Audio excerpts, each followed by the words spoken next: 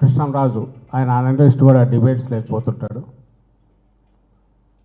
ఆయన చేసిన ఒక వ్యాఖ్య మీద 24 గంటల తర్వాత 7వ తేదీ నుంచి 6వ తేదీ ఉదయం జరిగితే ఒక ఆర్గనైజ్డ్గా ఒక పథకం ప్రకారము ఇప్పటికీ కంటిన్యూ అవుతోంది. తెలుగుదేశం పార్టీ, ఆ పార్టీకి సంబంధించిన ప్రచార సంస్థలు, మీడియా పేరుతో నడుస్తున్న ప్రచార సంస్థలు, ఆ పార్టీ పెట్టుకున్న 100-200 పైగా యూట్యూబ్ ఛానళ్ళు, ఆ పార్టీకి సంబంధించి నాయకులుగా చలామణి అవుతున్న వాళ్ళు, ఆ పార్టీ అధ్యక్షుడితో సహా వివిధ దశల్లో ఒక కోఆర్డినేటెడ్గా సమన్వయంతో 3 రోజులుగా చేస్తున్న రాద్ధాంతం, దాని పరాకాష్ఠగా ఇంతకుముందే కొమ్మినేని శ్రీనివాసరావు గారి అరెస్టు, అక్రమ అరెస్టు, ఇవన్నీ చేస్తున్నది అధికార పార్టీ, రూలింగ్ పార్టీ. 6వ తేదీ ఉదయం చర్చలో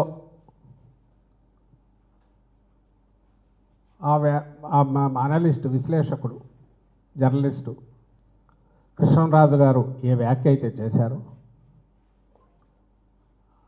దానికి సంబంధించినంత వరకు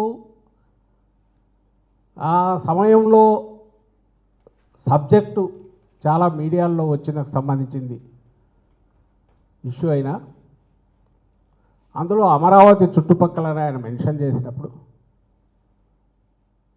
కొమ్మినేని గారు మళ్ళీ మేము చూస్తే వారించారు, వద్దులేండి అవన్నీ ఎందుకు అని అన్నారు. అలాగే మీరు ఏదైనా చెప్పినా అది దైవదూషణలాగా భావిస్తారు. అమరావతి చుట్టుపక్కలైనా ఆ పేరు అని ఎవరు ఏదన్నా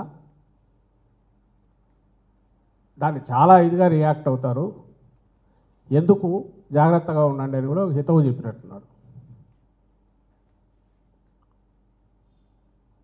అదే ఆయన వారించాడు, ఆ వ్యాఖ్య అయిపోయింది, డిబేట్ అయిపోయింది. అది ఎవరు చూశారో తెలియదు. దాన్ని తర్వాత రిపీట్ చేయడం కానీ ఛానల్లో లేదా సాక్షి పత్రికలో దాని గురించి వేయడం కానీ లేదా దాన్ని ఉటంకిస్తూ ఏదో కృష్ణంరాజు కానీ లేకపోతే కొమ్మినేని కానీ లేదా మరో నాయకుడు కానీ ఇంకో సంస్థ కానీ ఎవ్వరు ఎక్కడా మాట్లాడాల. ఎందుకంటే డిబేట్ అనేది నలుగురిని ఓ దగ్గర కూర్చోబెట్టి చర్చా వేదికలో మోడరేటర్గా ఛానల్ నుంచి ఓ జర్నలిస్టో ఒక యాంకరు ఎవరో కూర్చొని నడుపుతారు, ప్రెజెంటర్ ఉంటాడు. అందరికీ తెలిసిందే, రోజు చూస్తున్నది. ఇందులో ఏ అభిప్రాయాలు వ్యక్తమైనా వ్యక్తిగతమైనవి. అయితే ఆ వ్యక్తిగతమైన అభిప్రాయాలు కొంచెం హద్దులు మీరినప్పుడు అవతల ఇంకెవరైనా వ్యక్తిత్వ హననానికో ఒక సెక్షన్ను బాధ పెడతాది అనుకున్నప్పుడు ఆ ప్రెజెంటర్ ఆపే ప్రయత్నం చేయాలి, చేస్తారు. ఆ పని కొమ్మినేని శ్రీనివాసరావు గారు ప్రయత్నం చేశారు. ఆ పాసింగ్, ఆ తర్వాత అతను వేరే సబ్జెక్ట్ లేకపోయినట్టున్నాడు, అది రాలే. అతను ఏమైనా స్ట్రెస్ పెట్టి లేదు ఇట్లే అంటానని అతను అన్నట్లేదు, అది పాసింగ్ దీనిలాగా వెళ్ళిపోయినట్టుంది. తరువాత ఎప్పుడైతే 7వ తేదీ ఉదయం నుంచి ఓహో దీన్ని తీసుకొని మనం ఏదో చేయొచ్చని వాళ్ళు మొదలుపెట్టి దుష్ప్రచారం మొదలుపెట్టారు, ఆ మీడియా, సాక్షి మీడియా జగన్మోహన్ రెడ్డి గారికి చెందింది కాబట్టి, కుటుంబానికి చెందింది కాబట్టి వాళ్ళ మీద పర్సనల్ అటాక్ మొదలుపెట్టారు. ఇది అనవసరంగా వైల్డ్ దీనికి పోతోంది. ఉద్దేశం కాదు, ఛానల్ ఉద్దేశం కాదు, ఎడిటర్ ఉద్దేశం కాదు, ఈవెన్ డిబేట్ కండక్ట్ చేస్తున్న కొమ్మినేని గారి ఉద్దేశం కాదు, అండ్ ఈవెన్ అనలిస్ట్ కూడా ఆ సందర్భంలో అతను ఉచితం అనుకొని అన్నది కూడా తర్వాత ఎక్స్టెండ్ చేయలే. లైక్ వాళ్ళ ఛానళ్ళలో జరిగే డిస్కషన్లో స్ట్రెస్ పెట్టి అవును నేను అన్నది కరెక్ట్ అని ఒకవేళ వీళ్ళు వారించినట్టు నటించిన ఆ ప్రజెంటరు వాళ్ళు దుందుడుగ్గా మాట్లాడిన సందర్భాలు చాలా ఉన్నాయి స్ట్రెస్ పెట్టి. అలాంటిది కూడా ఇక్కడ జరగలే. ఏబిఎన్లోనో TV5లోనో చూస్తే ఆ ఛానల్స్లో వందల డిస్కషన్స్ అసలు మొదలు పెట్టడం దగ్గర నుంచి క్యారెక్టర్ అసాసినేషన్తో జగన్మోహన్ రెడ్డి గారి గురించి కానీ వైఎస్ఆర్సీపీ నాయకుల గురించి కానీ దుర్భాషలు అక్కడ డిబేట్లు పార్టిసిపేట్ చేసుకున్న వాళ్ళ గురించి కానీ లేదా ఇంకొక నాయకుడు ఎన్నో జరిగినాయి. వాటన్నిటి నేను వాటి కూడా పోవట్లా. వాటిని ఎందుకు పట్టించుకోలేదంటే మేమెందుకు వాటిని పట్టించుకోలేదంటే ప్రజలకు సంబంధించి ఆన్సరబుల్గా ఉండాలి, జవాబుదారీతనంతో ఉండాల్సిన పొలిటికల్ పార్టీసు ఇలాంటి ఇష్యూస్ మీద ఎక్కువ పోతే అసలు సమస్యలు పక్కకు పోతాయని మేము అధికారంలో ఉన్నప్పుడు వాటిని పట్టించుకునే వాళ్ళం కాదు, ప్రతిపక్షంలో ఉన్నా కూడా వాటి అది కేవలం దుర్బలులు, అసమర్థులు, పిరికి వాళ్ళు, సత్తా లేని వాళ్ళు మాత్రమే బూతులకు లేదా ఇలాంటి అసభ్యకరమైన వాటికి ఇష్యూస్ను డైవర్ట్ చేయడానికి, అసలు ఇష్యూస్ను అడ్రస్ చేయకుండా జడిసి పక్కకు పోవడానికి ఇచ్చేస్తారు తప్ప జగన్మోహన్ రెడ్డి గారు కానీ వైఎస్ఆర్సీపీ కానీ ఎప్పుడూ అలాంటి దుర్బలత్వంలో లేదు.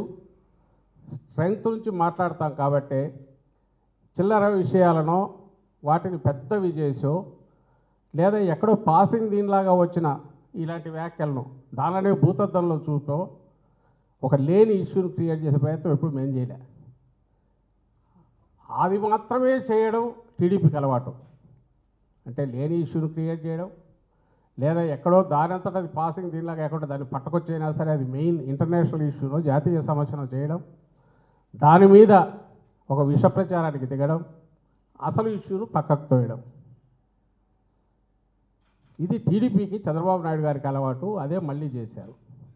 మళ్ళీ ఒకసారి వెనక్కి వస్తే 6వ తేదీ ఉదయం జరిగితే 7వ తేదీ 12 నుంచి వాళ్ళు దుష్ప్రచారం మొదలు పెడితే 7వ తేదీ 3కో 3:30కో లోకేష్ ఎవరు ఇప్పుడు చంద్రబాబు నాయుడు గారి కుమారుడు నెంబర్ 2నో మరి ఆయన 1.5 ఏదో ఎక్కడో నెక్స్ట్ వాళ్ళ ఫాదర్ దగ్గర రావడానికి కుర్రూ తొలుగుతున్న వ్యక్తిగా చెప్తుంటారు కదా, ఆయన ట్వీట్ పెట్టాక అనుమానం వచ్చింది మా వాళ్ళందరికీ, వీళ్ళేదో ఒక ఆర్గనైజర్గా పోతున్నట్టున్నారు, దీని మీద ఎక్కువ చేస్తారనుకొని.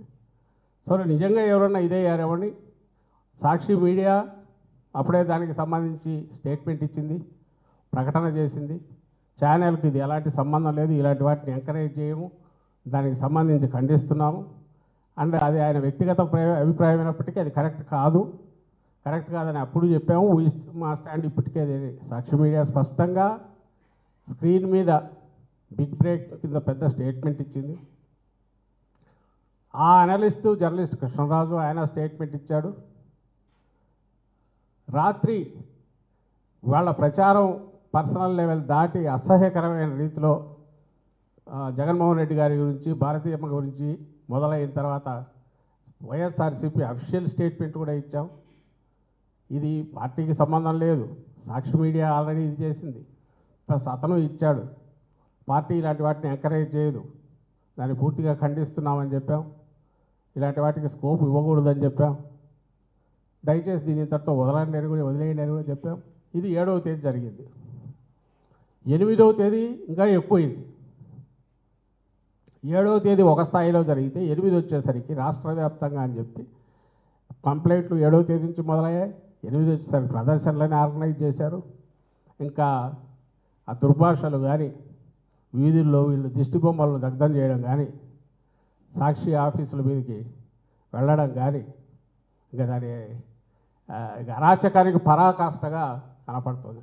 అర్థం కాని విషయం, నిజంగా ఎవరైనా డెలిబరేట్ చేసినా కూడా అంటే కావాలని ఎవరన్నా అనింటి నాది పొరపాటు అయిపోయిందంటే అక్కడికి వదిలేస్తారు. అలాంటిది ఎలాంటి ఉద్దేశము లేకుండా అనుకోకుండా జరిగిన దాని మీద అప్పుడే కూడా ఒక స్టేజ్ వరకు రియాక్ట్ అయ్యి నిన్న కొమ్మినేని చెప్పిన దాంట్లో నేను కూడా చూశాను. అతను ఏ ఎక్స్టెంట్కి పోయాడంటే, నేను 18 ఏళ్ళుగా నేను ఇవి కండక్ట్ చేస్తున్నాను, చాలా డిగ్నిఫైడ్గా నిబద్ధతతో చేస్తుంటారని అందరూ అంటారు. నేను ఎక్కడ ఎవరిని ఎంకరేజ్ చేయను, భాష పరంగా కానీ మీరే పాత్ర చూడండి. ఇక్కడ కూడా వారించబోయాను. మేబీ ఇప్పుడు మీ స్టేట్మెంట్స్ చూస్తుంటే ఇంకా గట్టిగా చెప్పిండాల్సిందేమో, అది నాదే పొరపాటని ఓన్ కూడా చేసుకొని క్షమాపణలు కూడా కోరాడు. ఏం కావాలో ఎంతకంటే నాకు అర్థం కావట్లా. ఎవరు మొండిగా ఏది ఇది మళ్ళీ చెప్తున్నా, ఇది కృత్రిమంగా ఆర్గనైజ్ చేసిన వాళ్ళతో నడుపుతున్న ప్రదర్శనలు ఇవన్నీ. They are not natural. సహజంగా ఎవరికో కోపం తన్నుకొని వచ్చినవి కాదు. ఎందుకు కాదు అని అంటే ఆ దాంట్లో ఉద్దేశం లేదు, అది ఒక ప్రచారం కింద ఎవరు మార్చుకోలే, దాని జనం కూడా ఎవరు పట్టించుకోలే. మీ తెలుగుదేశం పార్టీ వాళ్ళు అక్కడ ఉన్న కొద్దిమందిని ఆర్గనైజ్ చేసి లేదా రాష్ట్ర వ్యాప్తంగా ఆర్గనైజ్ చేసి అధికారంలో ఉన్నారు కాబట్టి తప్పుడు కేసులు పెట్టి హెరాస్ చేయడానికి దీన్ని వాడుకుంటున్నారు. అంతా చేసి 3 రోజులుగా ఇది అయిన తర్వాత 7వ తేదీ అయ్యి నిన్నటికి వచ్చేసరికి చంద్రబాబు నాయుడు గారి స్టేట్మెంట్. ఆయన కూడా మళ్ళీ ఇది పెట్టాడు, ఏది ఆ వీడియో పెట్టి కృష్ణరాజు కామెంట్స్ పెట్టి, మళ్ళీ తర్వాత పవన్ కళ్యాణ్ గారి స్టేట్మెంట్, ఆ తర్వాత ఆయన ట్వీట్.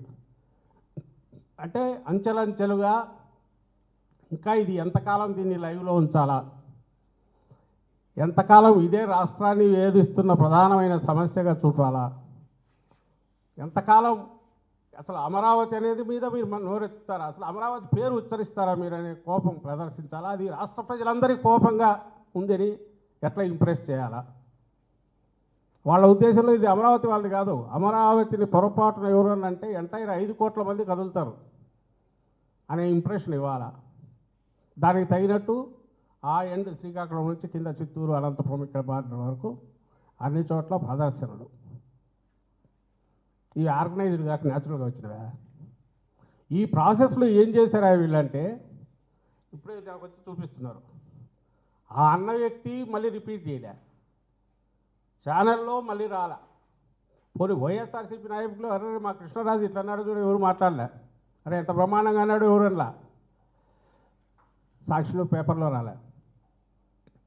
దాన్ని ఎవరు ప్రచారం చేసినారా అంటే వీళ్ళు ఈ మాట ఏదైతే అతను వేరే ఆ సందర్భంలో రాష్ట్రంలో సెక్స్ వర్కర్ల గురించి అంటూ అమరావతి చుట్టుపక్కలని ప్రస్తావించిన దాన్ని ఏకంగా వీళ్ళు వేసిన రాజధాని అంటావా అని చెప్పి, ఇది టీడీపీ వాళ్ళ అఫీషియల్ దాంట్లో నాకు ఇప్పుడు చూపించారు, మొన్నటి నుంచి పెట్టుకుంటూ పోతున్నారు. ఆ టైం చూస్తే ఒక 1 డే 2 డేస్ బిఫోర్ నుంచి 45 మినిట్స్ ముందు వరకు కూడా ఉన్నాయి. వాళ్ళ దాంట్లో పెట్టి కొడుతున్నారు. అలాగే వాళ్ళ ట్వీట్లన్నింటిలో చంద్రబాబు గారి ట్వీట్తో సహా ఆ వీడియో పెట్టారు. అమరావతి మహిళల పరువు మీరు తీస్తున్నారా, మేము తీస్తున్నామా? మీరు తీస్తున్నారా, ఆయన కృష్ణరాజు తీశాడా? మీరు తీస్తున్నారా, కొమ్మినేని శ్రీనివాసరావు తీశాడా? ఈరోజు కూడా వదలకుండా ఆ ప్రచారం మీరు చేయడం ద్వారా, దాన్ని రిపీటెడ్గా జనంలోకి పంపడం ద్వారా ఎవరు నిజంగా అమరావతి చుట్టుపక్కల ప్రాంతాల్లో ఉండే మహిళల గురించి కానీ లేదా రాష్ట్రంలో మహిళల పరువు ఎవరు తీస్తున్నారు? అతను ప్రస్తావించిన దానికి సంబంధించినంత వరకు రాష్ట్రంలో నేను కొమ్మినేని కూడా ప్రస్తావించాడు. సెక్స్ వర్కర్ల గురించి సంఖ్య దేశంలోనే ఉందంటూ టైమ్స్ ఆఫ్ ఇండియా రిపోర్టు దాన్ని మెన్షన్ చేశాడు, వేరే పత్రికల్లో వచ్చింది. రాష్ట్రంలో ఎక్కువ మంది ఉన్నారంటే రాష్ట్రంలో మహిళలను అవమానించినట్ట. ఎవడైనా తలకాయ ఉండేవాడు ఎవడైనా మాట్లాడే మాటేనా అది? లేదా పర్టికులర్ పరిసర ప్రాంతాల్లో కొంత ఎక్కువ ఉంటారు, లేదా హైవేస్ వెంబడి ఆ ఊరు దగ్గర ఎక్కువ ఉన్నారు, ఇక్కడ ఉంటే ఆ ఊరు మహిళలను అవమానించినట్ట. బట్ అయినా సరే మేము హర్ట్ అయ్యామని కొంతమంది వస్తున్నారు కాబట్టి వాళ్ళు క్షమాపణలు చెప్పారు, డిజోన్ చేసుకున్నారు. అది సమర్థనీయం కాదు, మీ ఎమోషన్స్ మేము అర్థం చేసుకున్నామని అంతగా చెప్పిన తర్వాత ఇంక్లూడింగ్ మీడియా సంస్థతో సహా దాన్ని ఒక ఇష్యూగా చేసి అదే సమస్య అన్నట్టు చేయడం సబబా? చంద్రబాబు నాయుడు గారు అడగాలన్నా కూడా ఎందుకు పెద్ద అనిపించట్లేదంటే ఆయన కావాలని చేస్తున్నాడు. నిజంగా ఆయన ఏదో ఆవేశం మీద ఊగిపోతూ చేస్తే ఏమండి అంత ఆవేశం ఎందుకు, ఇంతకంటే వేరే సమస్యలు లేవా అని అడగచ్చు. కానీ ఆయన క్యాల్కులేటెడ్గా కోల్డ్ బ్లడెడ్గా ఒక పథకం ప్రకారము ఆయనకు తెలిసిన ఏకైక విద్య ఏదైతే ఉందో ఇలాంటి నాన్ ఇష్యూస్ను ఒక పెద్ద ఇష్యూ కింద చేసి విష ప్రచారం చేసైనా సరే ప్రజల తలల్లో గందరగోళము వాళ్ళ తలల్లో ఎక్కించి ఓ దుష్ప్రచారం చేసి ప్రత్యర్థుల్లో లేక ఇంకోరినో కార్నర్ చేసి కొట్టడం. అది ప్రతిపక్షంలో ఉంటే ప్రచారం జరిగి అట్టన్నా చేస్తారు, అధికారంలో ఉంటే కేసులు కూడా పెట్టి కార్నర్ చేసి కక్ష సాధింపులే కూడా దిగుతారు. ఇప్పుడు దాని మీద కేసు పెట్టి హైదరాబాద్ పోయి ఈయన అరెస్ట్ చేశారు. ఆయన సుదీర్ఘకాలం జర్నలిస్టుగా నాకు తెలిసి పొరపాటున కూడా అసభ్యకరమైన మాట్లాడడం అలవాట్లేదు. ఆయనకు ఇష్యూస్ మీద ఆవేశం ఉంటుంది కొమ్మినేనికి. ఆయన అన్ని సంస్థల్లో పనిచేశాడు. ఈనాడుతో మొదలుపెట్టాడు, ఆంధ్రజ్యోతిలో చేశాడు, ఐ థింక్ టీవీ5లో కూడా చేసినట్టున్నాడు, ఎన్టీవీలో చాలా కాలం చేశాడు. ఎన్టీవీ అంటే గుర్తొస్తుంది, అక్కడ నిష్పక్షపాతంగా డిబేట్ కండక్ట్ చేసి కరుగ్గా ఉంటాడు, కఠినంగా ఉంటాడు. అంటే ఎక్కడ స్పేర్ చేయడు, మొహమాటానికి పోడు. మొహం మీద కుండబద్దలు కొట్టాడు చెప్తాడు. అది లీడర్తో చెప్తాడు, జనంతో చెప్తాడు, డిబేట్లో ఉండే వాళ్ళతో చెప్తాడు, అందరితో మాట్లాడేటప్పుడు చెప్తాడు. తను అనుకున్న అభిప్రాయాన్ని కుండబద్దలు కొట్టాడు చెప్తాడు, నిక్కచ్చిగా ఉంటాడు. అది నచ్చల అప్పుడు ముఖ్యమంత్రిగా ఉన్న చంద్రబాబు నాయుడుకు 14-19 మధ్య అనుకుంటా. నచ్చక అప్పటికి సుదీర్ఘ ఎక్స్పీరియన్స్ ఉంటే అతన్ని తీసేంతవరకు పట్టుబట్టి తీయలేదని చెప్పి ఆ ఎన్టీవీ ప్రసారాలు కూడా కొద్ది కాలం నిలిపేసి బలవంతంగా తీయించిన వ్యక్తి ఈయన చంద్రబాబు నాయుడు గారు. తర్వాత ఆయన సాక్షికి వచ్చాడు. సాక్షిలో కూడా తాను అనుకున్న పద్ధతిలోనే చేస్తాడు తప్ప జగన్మోహన్ రెడ్డి గారు కూడా భారతమ్మ దాన్ని అలౌ చేశారు. ఎందుకంటే ఓ ప్లాట్ఫామ్ ఉండాలి, న్యూట్రల్గా ఉండాలి, ఒపీనియన్స్ డిఫరెంట్ ఇవి రావాలని. ఆయన ఇండిపెండెంట్గానే హ్యాండిల్ చేసుకుంటూ వచ్చాడు. ఎంతవరకు దేని మీద పోవాలి, వీళ్ళ మాదిరి ఉన్నారు కదా, తయారయ్యారు ఒక గ్యాంగ్, వాళ్ళ పేర్లు కూడా అనవసరం. ఆ అవతల ఉన్న ప్రచార ఛానల్, నేను ప్రసార ఛానల్ అన్నాను, వాటి ప్రాపగండా మెషిన్స్ అవి. అందులో డిబేట్ల పేరు మీద కండక్ట్ చేసేవాళ్ళు వాళ్ళ మాదిరి పొరపాటును కూడా ఒపీనియనేటెడ్ అయినట్టు ఒక స్టాండ్ తీసుకొని ఎక్స్ట్రీమ్ పుష్ చేయడము, అసభ్యంగా మాట్లాడడం అనేది ఎప్పుడూ తన దీంట్లోంచి లేదు. అలాంటి వ్యక్తి ఈరోజు నీ మీద తప్పుడు కేసు పెట్టి అరెస్ట్ చేశారు. పోయే కాలం వచ్చింది కాబట్టి ఇవి చేస్తున్నారు అనేది అర్థమవుతుంది. మేబీ పోయే కాలం 5 ఏళ్లకు తీర్పు ఇచ్చారు కాబట్టి ఇంకా 4 ఏళ్ళు ఉందని సంబరపడుతుండొచ్చు. కానీ ఎందుకు చేస్తున్నారు ఈ టైంలో? ఎందుకు చేస్తున్నారంటే 5 ఏళ్లకు 4 ఏళ్లకు తర్వాత పెరిగి కనపడాల్సిన యాంటీ ఇన్కంబెన్సీ అనేది, ఆ వ్యతిరేకత అనేది, అసహ్యం అనేది ప్రజల్లో కూడుగట్టుకున్న అసహ్యం అనేది ఈ ప్రభుత్వం మీద, ఈ పాలకుల మీద, చంద్రబాబు నాయుడు గారి మీద. అంటే అబద్ధాలు కూడా హద్దు ఉంటుందిగా. ఎన్నికలకు ముందు ఏం మామూలువే, అరచేతులు ఇటు చూపించి తిప్పినాడు కదా, మొత్తం అక్కడి నుంచి పాతాళంలో పడేశాడు. ఒక అమాయకులు వెర్రివాళ్ళు ఏమి క్వశ్చన్ చేయలేరు అనే అభిప్రాయం ఏదైతే ఉందో అంత బండ కూడా అందరి మొహం మీద కొట్టినట్టు చెప్పడం అనేది జనానికి తట్టుకోలేకపోతున్నారు ప్రజలు. దాని నుంచి వచ్చిన వ్యతిరేకత, దాని నుంచి వచ్చిన యాంటీ ఇన్కంబెన్సీ ఏదైతే అది కనపడుతుంది ఎక్కడ చూసినా. 1 ఇయర్లో నిన్న 1 ఇయర్ అయిన సందర్భంగా నాకు తెలిసి న్యూట్రల్ వాళ్ళు కూడా అబ్జర్వ్ చేయండి, ప్రజలు అబ్జర్వ్ చేయండి. వాళ్ళకు వచ్చిన తీర్పుకు ఎవరు జరపాల్సింది, విజయోత్సవాలు జరుపుకోవాల్సింది వాళ్ళు జరుపుకోవాలి. మావి వైఎస్ఆర్సీపీ 1 ఇయర్ మిస్రూల్ మీద మేము పిలిచిన పిలుపుకు రెస్పాన్స్ అట్లా వచ్చింది. వాళ్ళు చేయలేకపోయారు. రేపు 12th అన్నారు, ఆర్గనైజ్డ్గా చేస్తారు. ఏముంది, ఇట్లా పట్టకరా లేని ఇష్యూ మీదనే ప్రదర్శనలు చేసినప్పుడు రేపే ఉంది, బలవంతంగా అయినా తీసుకొచ్చి చేయించే ప్రయత్నం చేస్తారనుకుంటా 12th వాళ్ళు అనుకున్నట్టు. కానీ ఇప్పుడు ఫేస్ చేసే ధైర్యం లేదు ప్రజలు. ఇంకో పక్క రోజు మహిళల మీద అఘాయిత్యాలు కానీ, పోలీసుల దాష్టీక్యం కానీ, అధికార యంత్రాంగం దుర్మార్గాలు కానీ, వాళ్ళ నడిపిస్తున్న పొలిటికల్ బాసెస్ వాళ్ళ దుర్మార్గాలు కానీ, దౌర్జన్యాలు, దోపిడీ ఓపెన్ జరుగుతున్నవి ఏవి ఎవరికి కనపడకూడదు. ఎట్లా పాలా ఇట్లా ఆపచ్చు. 24 గంటలు కొట్టు, నీ 100-150 యూట్యూబ్ ఛానల్స్, నీ ప్రాపగాండా మెషిన్లు, పేపర్లుగా పిలువబడుతున్న మీడియా సంస్థలుగా పిలువబడుతున్న నీ ప్రాపగాండా మిషన్లు, చంద్రబాబు నాయుడు ఆర్గనైజ్ చేసుకునేవి, నడుపుతున్నవి, పెద్ద గొంతు, చిటిక వేయకముందే రాష్ట్రమంతా ఒకేసారి లేచి ఒకే టోన్తో మాట్లాడగలిగిన సత్తా ఉన్న, నువ్వు పెంచి పోషించిన నాయకులు, వీళ్ళందరితో ఒక మొన్నటి నుంచి రక్తి కట్టించి ఒక హయ్యెస్ట్ పీక్ తీసుకుపోయిన డ్రామా దేనికోసమయ్యా అంటే ఎక్కడ దేన్ని అడ్రస్ చేసే పరిస్థితిలో లేరు. మా హయాంలో జగన్మోహన్ రెడ్డి గారి ప్రభుత్వ హయాంలో ఎక్కడైనా ఒక ఇన్సిడెంట్ జరిగితే ఒక మహిళ మీద ఎక్కడన్నా అఘాయిత్యం కానీ ఇంకోటి రెస్పాండ్ అయిన తీరు నేషనల్ లెవెల్ కూడా అప్రిషియేషన్ గురైంది. ఇమ్మీడియట్ ప్రభుత్వం స్పందించాల్సిన తీరు అంటే ఎట్లుండాలంటే ఇట్లుండాలని అవసరమైతే ఆ అఫీషియల్స్ మీద యాక్షన్ తీసుకోవడంతో పాటు మళ్ళీ రిపీట్ కాకుండా ఏం చేయాలనేది ఆలోచించడంతో పాటు ఇప్పుడు ఒక్క దగ్గర అలాంటి రియాక్షన్ కనిపిస్తుందా?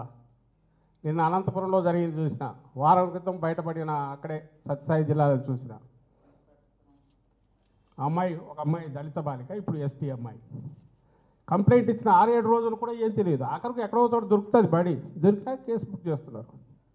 ఇమ్మీడియట్ రెస్పాండ్ అయ్యే సిస్టమ్ కానీ ఎందుకు లేదంటే నువ్వే చంపేశావు. చంద్రబాబు నాయుడు దాన్ని చంపేశాడు. ఆయనకు కావాల్సింది ఇప్పుడు సాక్షిలో వచ్చిన దాని మీద హైదరాబాద్ పరిగెత్తుకుంటూ పోయినా పట్టుకొని రావాలా, ఇంకెక్కడికి పోయినా పట్టుకొని రావాలా, అమాయకులు తప్పుడు కేసులు పెట్టి హెరాస్ చేయాలి. వీళ్ళు దీంట్లో బిజీగా ఉంటే అక్కడెక్కడ పోతారు? ఆ తెనాల్లో రోడ్డు మీద కూర్చోబెట్టి కొట్టాలా, లేకుంటే వాడు డిఎస్పీ అయినట్టు పంచాయతీ చేయాలా, కమ్మోడు కుట్టావా లేదా అని తిట్టాలా? ఈ పనులు చేసేవాడికి ఆ తీరిక ఎక్కడ ఉంటుంది పోలీసులకు? ఈయన పెంచి పోషించి ఇట్లా తయారు చేసిన యంత్రాంగం ఇప్పుడు ఉంటుంది. సో దీన్ని కవర్ చేసుకోవాలి.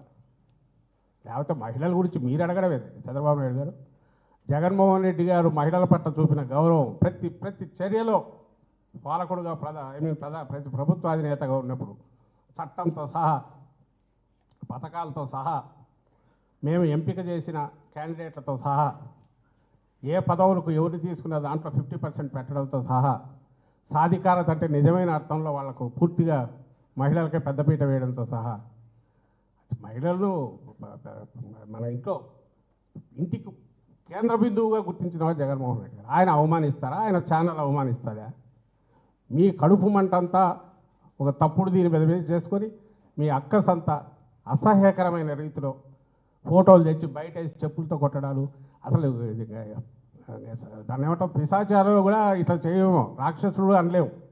ఇవంతా సంకర ఇది ఉన్నట్టుంది. ఇవన్నీ కలిస్తే తయారైన తెగ ఏదో ఒకటి ఉన్నట్టుంది. ఆ తెగ పూనుకుంటే మాత్రమే ఇట్లా చేయగలదు. దాంట్లో అంటే ఇంకా ఘోరము బాధ కలిగించి భయం వేసేది ఏంటంటే ఈ తెగ అనార్గనైజ్గా లేదు, ఆర్గనైజ్ అయింది, పూర్తి సమన్వయంతో పనిచేస్తుంది, కమ్ముకుంటుంది, కమ్ముకొని దెబ్బ కొట్టాలని చూస్తుంది. ఇది వాళ్ళకు చెప్పి లాభం లేదు కాబట్టి ప్రజలకు చెప్తున్నాం, దయచేసి గమనించండి. ప్రభుత్వంలో ఉండేవాళ్ళు వాళ్ళ బాధ్యత ఏంటి, వాళ్ళు చేయాల్సింది ఏంటి, ఇప్పుడు చేస్తున్నది ఏంటి? 3 రోజులు నువ్వు ముఖ్యమంత్రి దగ్గర నుంచి నీ ఎంటైర్ యంత్రాంగము, నీ పార్టీ మొత్తం ఒక ప్రతిపక్ష పార్టీ మీద, ఒక న్యూస్ ఛానల్ మీద, ఒక మీడియా మీద, జర్నలిస్టు మీద, విశ్లేషకుల మీద అసహ్యకరంగా దుష్ప్రచారం చేస్తా ఆఖరికి అరెస్టు కూడా తెగించినావు. నీకు అధికారం ఇచ్చింది దీనికా? ప్రజలు ఆలోచించాలా. ఇంతకంటే దుర్వినియోగం ఏముంటుంది? దుర్వినియోగానికి పరాకాష్ట ఏముంటుంది?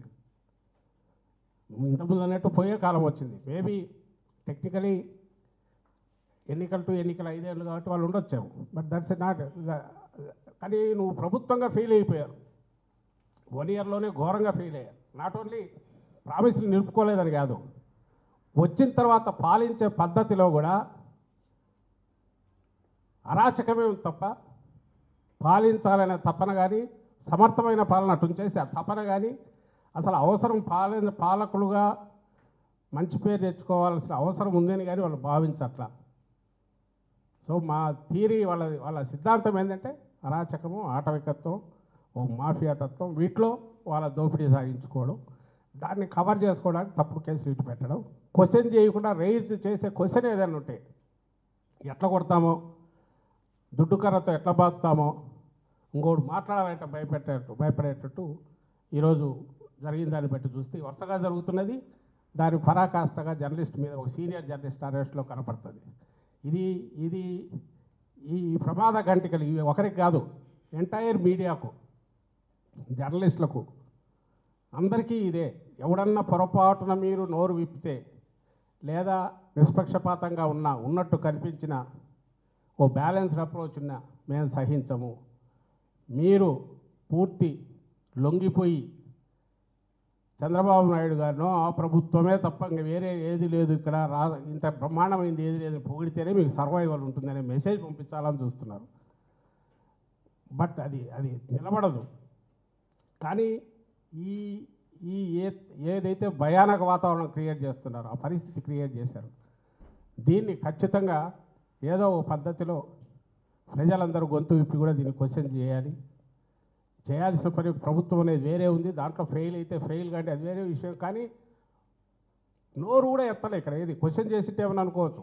ఆయన జర్నలిస్ట్ కూడా ఆయన పద్ధతిలో ఆయన డిబేట్ కండక్ట్ చేసిన దాని మీద కూడా నువ్వు తట్టుకోలేకపోయావంటే నువ్వు అసలు ఫ్యూచర్లో గొంతెత్తాల్సిన అవసరం లేదు. గొంతెత్తే అవకాశం ఉందనన్నా తొక్కుతాననే మెసేజ్ పంపిస్తున్నావు అనేది అర్థమవుతుంది. దీన్ని మేము సహించమనే ఇది రిప్లై బదులు మన సివిల్ సొసైటీ నుంచి, మేధావుల నుంచి, మీడియా నుంచి, జర్నలిస్టుల నుంచి ముఖ్యంగా ఉండాలని కోరుకుంటున్నాం. Thank you very much.